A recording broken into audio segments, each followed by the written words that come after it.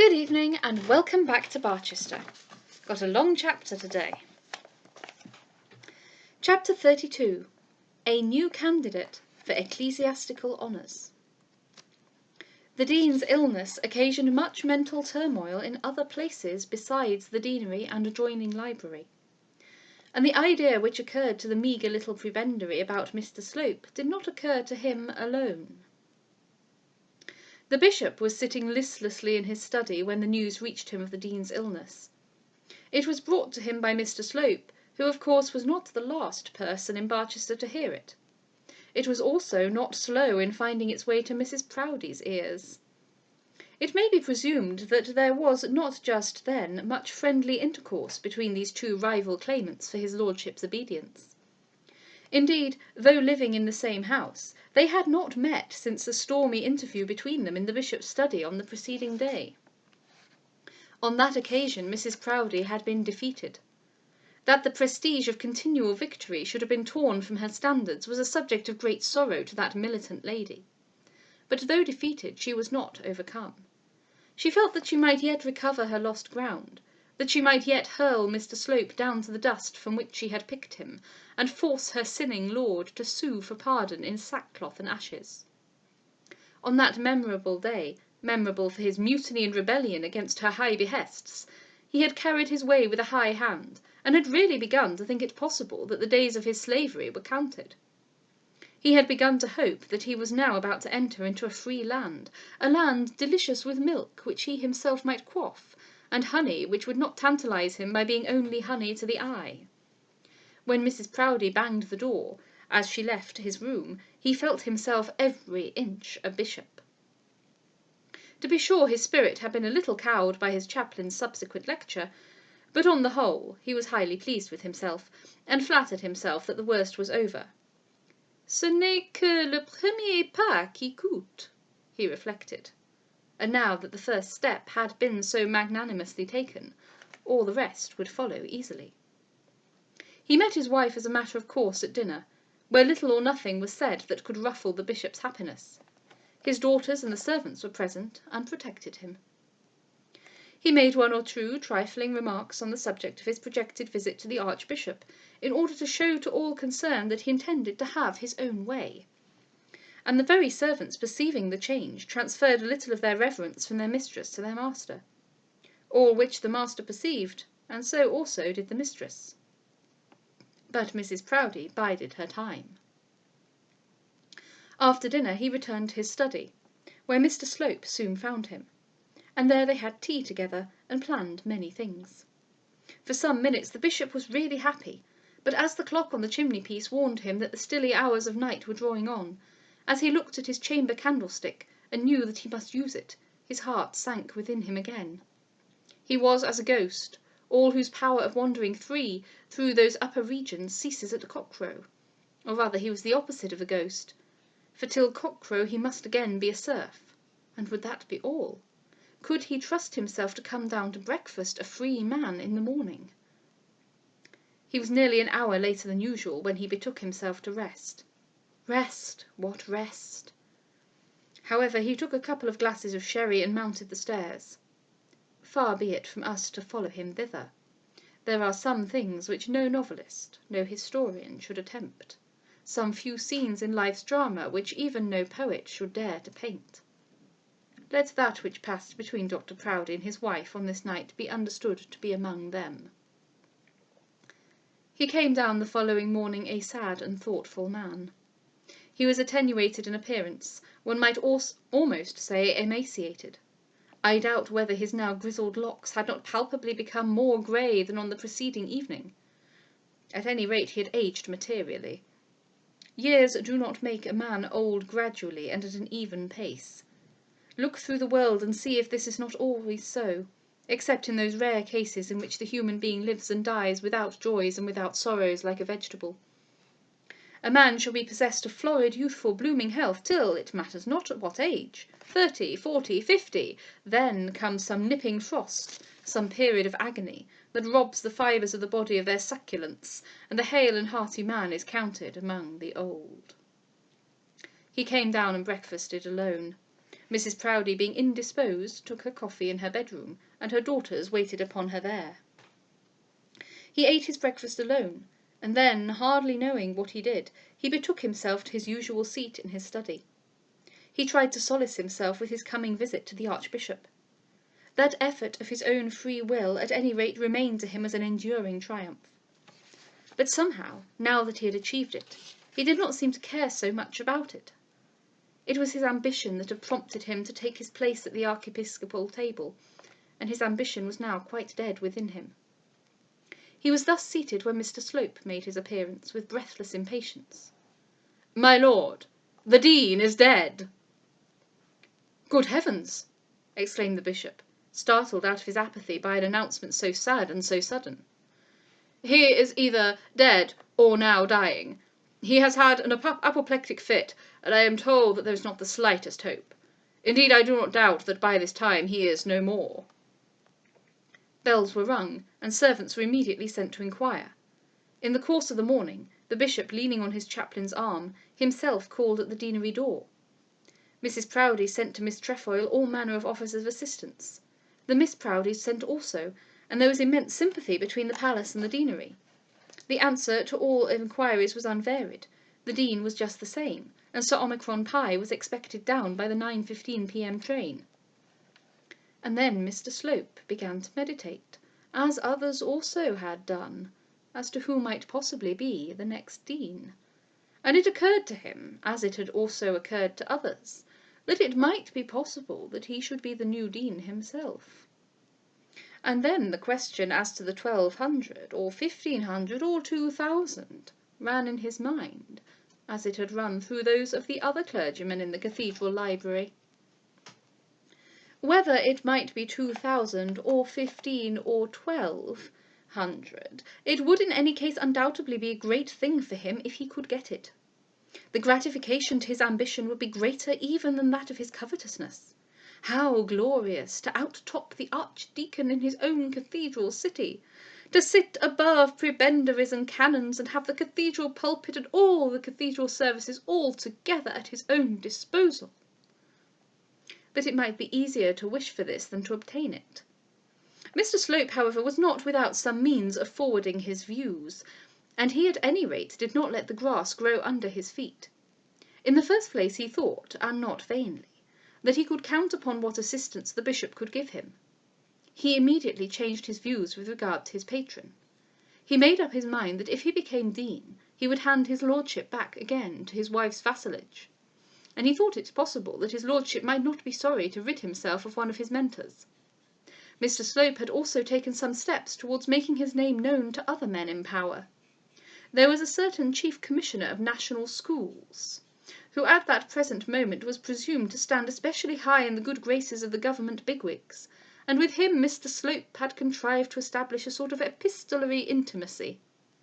He thought that he might safely apply to Sir Nicholas Fitzwiggin, and he felt sure that if Sir Nicholas chose to exert himself, the promise of such a piece of preferment would be had for the asking for. Then he also had the press at his bidding, or flattered himself that he had so. The Daily Jupiter had taken his part in a very thorough manner in those polemical contests of his with Mr. Arabin.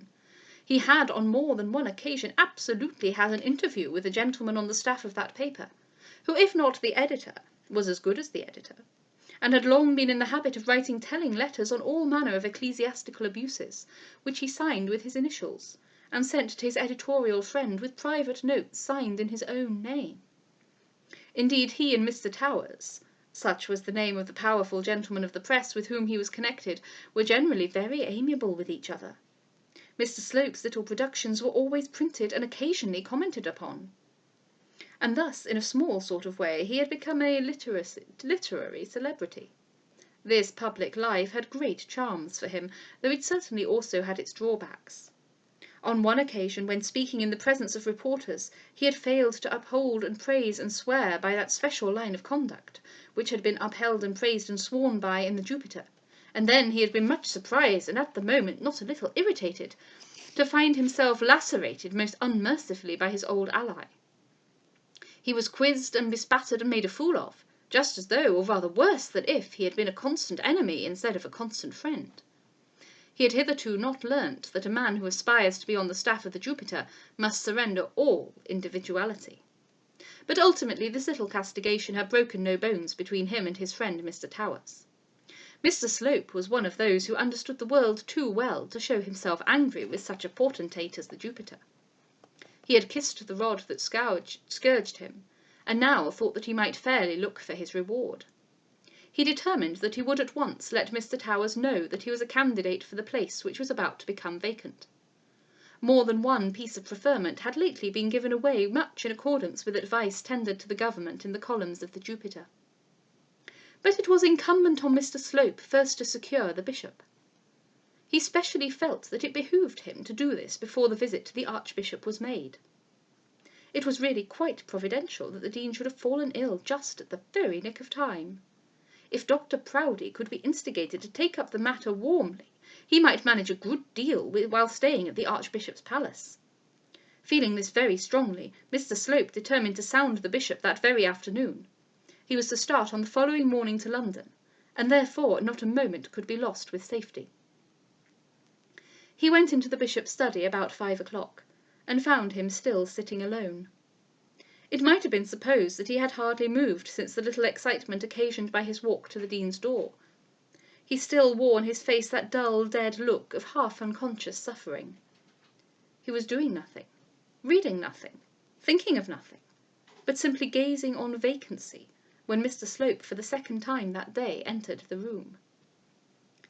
"Well, Slope," said he, somewhat impatiently, for to tell the truth he was not anxious just at present to have much conversation with Mr. Slope. "Your lordship will be sorry to hear that as yet the poor Dean has shown no sign of amendment." "Oh, hasn't he? Poor man.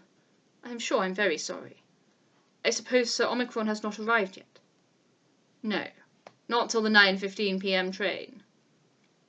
"I wonder they didn't have a special. They say Dr. Trefoil is very rich." "Very rich, I believe," said Mr. Slope. "But the truth is, all the doctors in London can do no good. No other good than to show that every possible care has been taken. Poor Dr. Trefoil is not long for this world, my lord."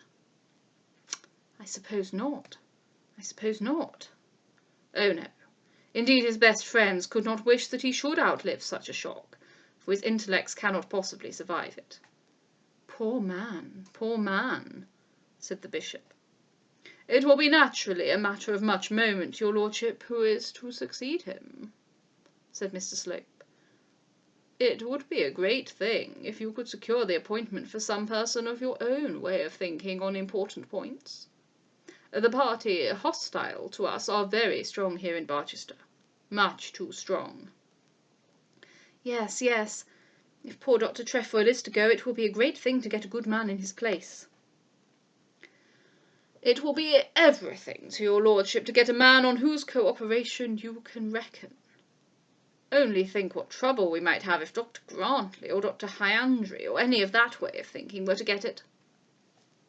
"It is not very probable that Lord so-and-so will give it to any of that school. Why would he?" "No, not probable. Certainly not. But it's possible. Great interest will probably be made. If I might venture to advise your lordship, I would suggest that you should discuss the matter with his Grace next week. I have no doubt that your wishes, if made known and backed by his Grace, would be paramount with Lord so-and-so." "Well, I don't know that. Lord so-and-so has always been very kind to me, very kind, but I am unwilling to interfere in such matters unless asked. And indeed, if asked, I don't know whom at this moment I should recommend." Mr. Slope, even Mr. Slope, felt at the present rather abashed. He hardly knew how to frame his little request in language sufficiently modest.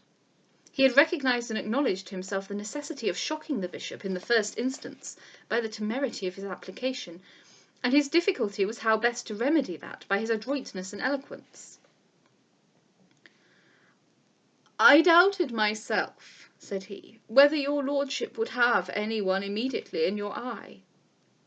And it is on this account that I venture to submit to you an idea that I have been turning over in my own mind. If poor Dr. Trefoil must go, I really don't see why, with your lordship's assistance, I should not hold the preferment myself. You! Exclaimed the bishop, in a manner that Mr. Slope could hardly have considered complimentary. The ice was now broken, and Mr. Slope became fluent enough. I have been thinking of looking for it.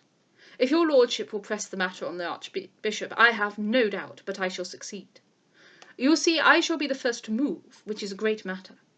Then I can count upon assistance from the public press. My name is known, I may say, somewhat favourably known, to that portion of the press which is now most influential with the government, and I have friends also in the government, but nevertheless, it is to you, my lord, that I look for assistance. It is from your hands that I would most willingly receive the benefit, and which should ever be the chief consideration in such matters, you must know better than any other person whatsoever what qualifications I possess.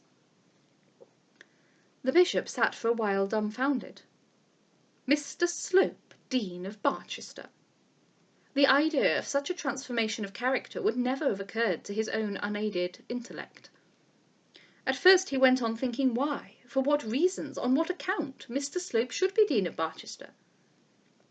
But by degrees the direction of his thoughts changed, and he began to think why, for what reasons, on what account, Mr. Slope should not be Dean of Barchester. As far as he himself, the bishop, was concerned, he could well spare the services of his chaplain.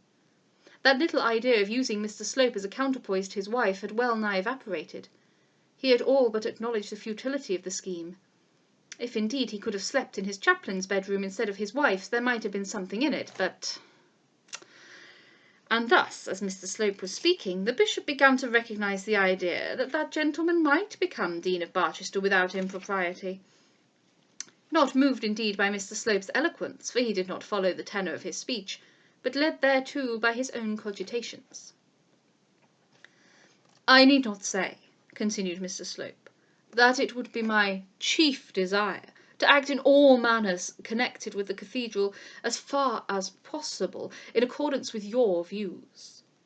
I know your lordship so well, and I hope you know me well enough to have the same feelings, that I am satisfied that my being in that position would add materially to your own comfort, and enable you to extend the sphere of your useful influence.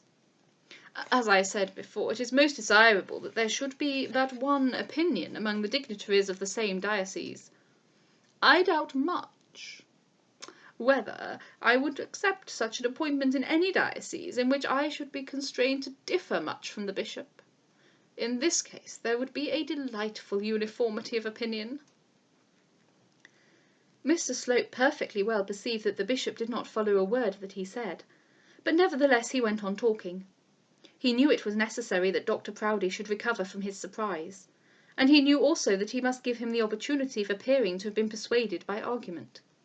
So he went on, and produced a multitude of fitting reasons, all tending to show that no one on earth could make so good a Dean of Barchester as himself, that the government and the public would assuredly coincide in desiring that he, Mr. Slope, should be Dean of Barchester, but that for high considerations of ecclesiastical polity it would be especially desirable that this piece of preferment should be so bestowed through the instrumentality of the bishop of the diocese.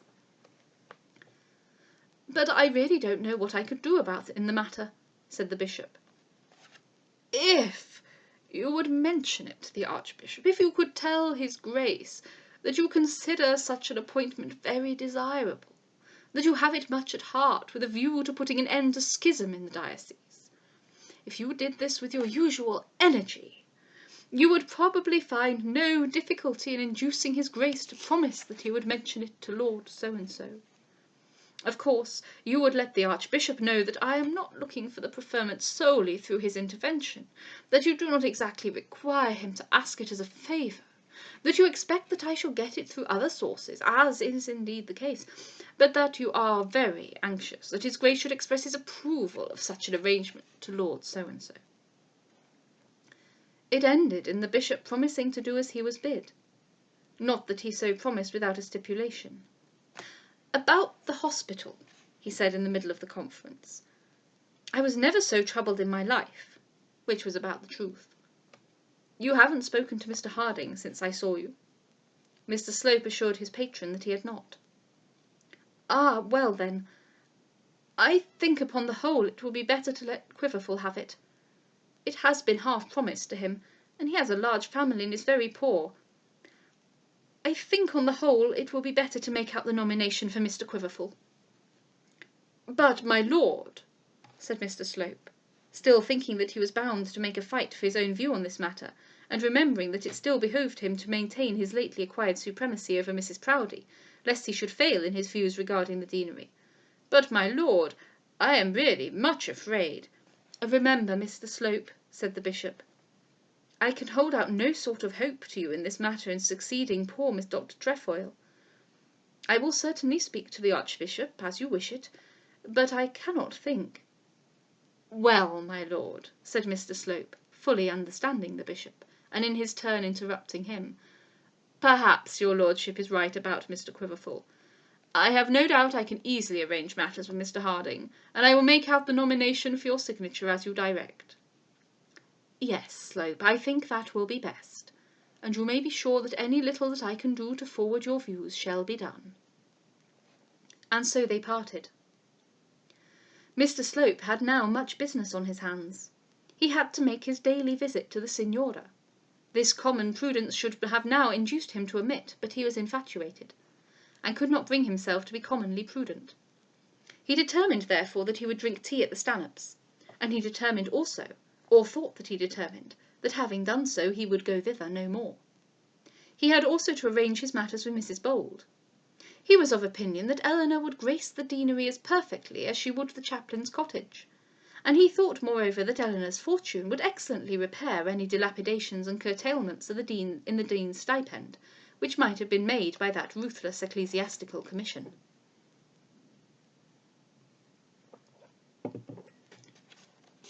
Touching Mrs. Bold, his hopes now soared high. Mr. Slope was one of that numerous multitude of swains who think that all is fair in love, and he had accordingly not refrained from using the services of Mrs. Bold's own maid. From her he had learnt much of what had taken place at Plumstead, not exactly with truth, for the own maid had not been able to divine the exact truth, but with some sort of similitude to it. He had been told that the Archdeacon and Mrs. Grantley and Mr. Harding and Mr. Arabin had all quarrelled with Mrs. for having received a letter from Mr. Slope, that Mrs. had positively refused to give the letter up, that she had received from the Archdeacon the opinion of either the option of giving up either Mr. Slope and his letter, or else the society of Plumstead Rectory, and that Mrs. had declared with much indignation that she didn't care a straw for the society of Plumstead Rectory, and that she wouldn't give up Mr. Slope for any of them. Considering the source from whence this came, it was not quite so untrue as might have been expected. It showed pretty plainly what had been the nature of the conversation in the servants' hall, and coupled as it was with the certainty of Eleanor's sudden return, it appeared to Mr. Slope to be so far worthy of credit as to justify him in thinking that the fair widow would in all human probability accept his offer. All this work was therefore to be done. It was desirable, he thought, that he should make his offer known before it was known that Mr. Quiverful was finally appointed to the hospital. In his letter to Eleanor he had plainly declared that Mr. Harding was to have the appointment. It would be very difficult to explain this away, and were he to write another letter to Eleanor, telling the truth and throwing the blame on the bishop, it would naturally injure him in her estimation. He determined therefore to let that matter disclose itself as it would, and to lose no time in throwing himself at her feet. Then he had to solicit the assistance of Sir Nicholas Fitzwhiggin and Mr. Towers, and he went directly from the bishop's presence to compose his letters to those gentlemen. As Mr. Slope was esteemed an adept at letter writing, they shall be given in full. Private. Palace, Barchester, September 1850 something. My dear Sir Nicholas, I hope that the intercourse which has been between us will preclude you from regarding my present application as an intrusion. You cannot, I imagine, have yet heard that poor, dear, old Dr. Trefoil has been seized with apoplexy. It is a subject of profound grief to everyone in Barchester, for he has always been an excellent man, excellent as a man and as a clergyman. He is, however, full of years, and his life could not under any circumstances have been much longer spared. You may probably have known him. There is, it appears, no probable chance of his recovery. Sir Omicron Pi is, I believe, at present with him. At any rate, the medical men here have declared that 1 or 2 days more must limit the tether of his mortal coil. I sincerely trust that his soul may wing its flight to that heaven where it may for ever be at rest and for ever be happy. The bishop has been speaking to me about the preferment, and he is anxious that it should be conferred on me. I confess that I can hardly venture at my age to look for such advancement, but I am so far encouraged by his lordship that I believe I shall be induced to do so. His lordship goes to the archbishop tomorrow, and is intent on mentioning the subject to the archbishop. I know well how deservedly great is your weight with the present government. In any matter touching church preferment you would, of course, be listened to. Now that the matter has been put into my head, I am, of course, anxious to be successful. If you can assist me by your good word, you will confer on me one additional favour. I had better add that Lord So-and-so cannot as yet know of this piece of preferment having fallen in, or rather of its certainty of falling, for poor dear Dr. Trefoil is past hope. Should Lord So-and-so first hear it from you, that might probably be thought to give you a fair claim to express your opinion. Of course, our grand object is that we should all be of one opinion in church matters. This is most desirable at Barchester. It is this that makes our good bishop so anxious about it. You may probably think it expedient to point this out to Lord So-and-so, if it shall be in your power to oblige me by mentioning the subject to his lordship. Believe me, my dear Sir Nicholas, your most faithful servant, Obadiah Slope. His letter to Mr. Towers was written in quite a different strain. Mr. Slope conceived that he completely understood the difference in character and position of the 2 men whom he addressed. He knew that for such a man as Sir Nicholas Fitzwiggan a little flummery was necessary, and that it might be of the easy everyday description. Accordingly, his letter to Sir Nicholas was written currente calamo, with very little trouble. But to such a man as Mr. Towers it was not so easy to write a letter that should be effective and yet not offensive, that should carry its point without undue interference. It was not difficult to flatter Dr. Proudie or Sir Nicholas Fitzwiggan, but very difficult to flatter Mr. Towers without letting the flattery declare itself. This, however, had to be done. Moreover, this letter must, in appearance at least, be written without effort, and be fluent, unconstrained, and demonstrative of no doubt or fear on the part of the writer. Therefore the epistle to Mr. Towers was studied and recopied and elaborated at the cost of so many minutes, that Mr. Slope had hardly time to dress himself and reach Dr. Stanhope's that evening. When dispatched, it ran as follows: Private, Barchester, September 1850-something. He purposely omitted any allusion to the palace, thinking that Mr. Towers might not like it. A great man, he remembered, had once been much condemned for dating a letter from Windsor Castle.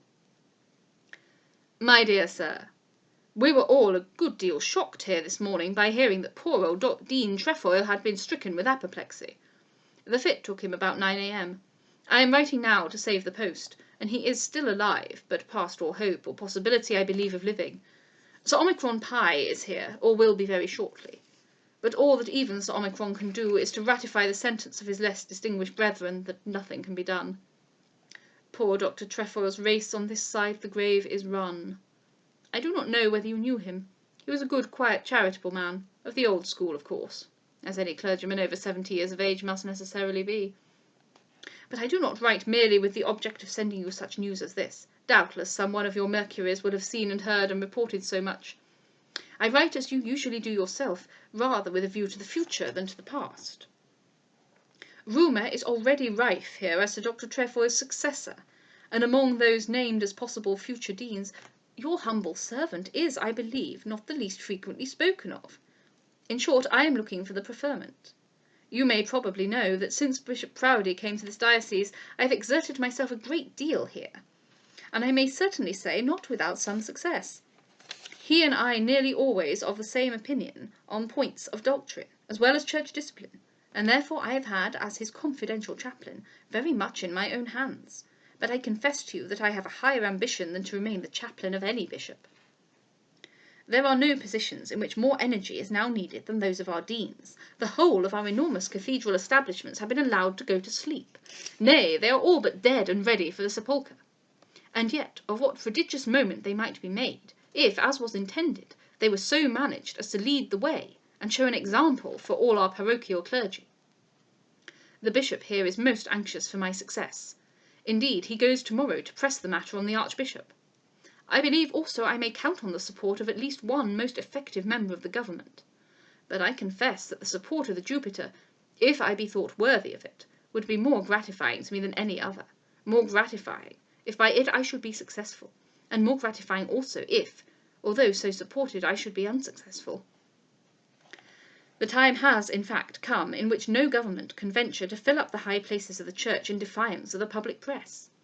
The age of honourable bishops and noble deans has gone by, and any clergyman, however humbly born, can now hope for success, if his industry, talent, and character be sufficient to call forth the manifest opinion of the public in his favour.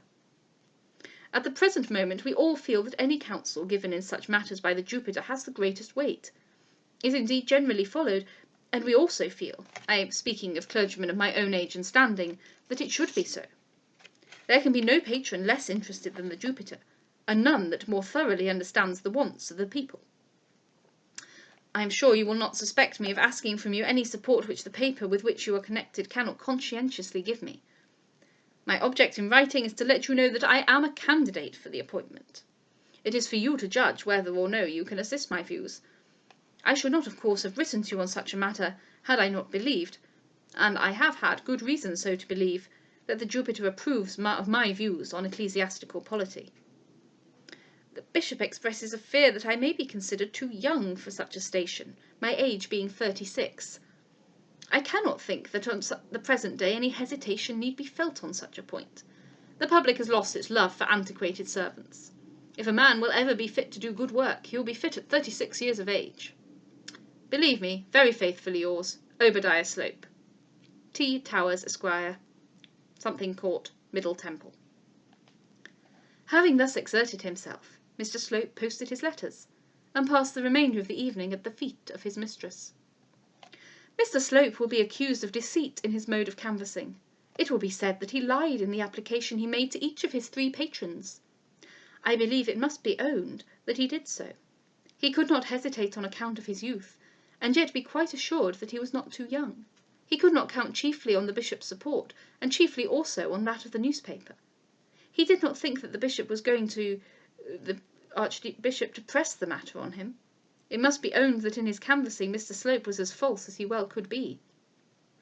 Let it, however, be asked of those who are conversant with such matters, whether he was more false than men usually are on such occasions. We English gentlemen hate the name of a lie, but how often do we find public men who believe other people's words?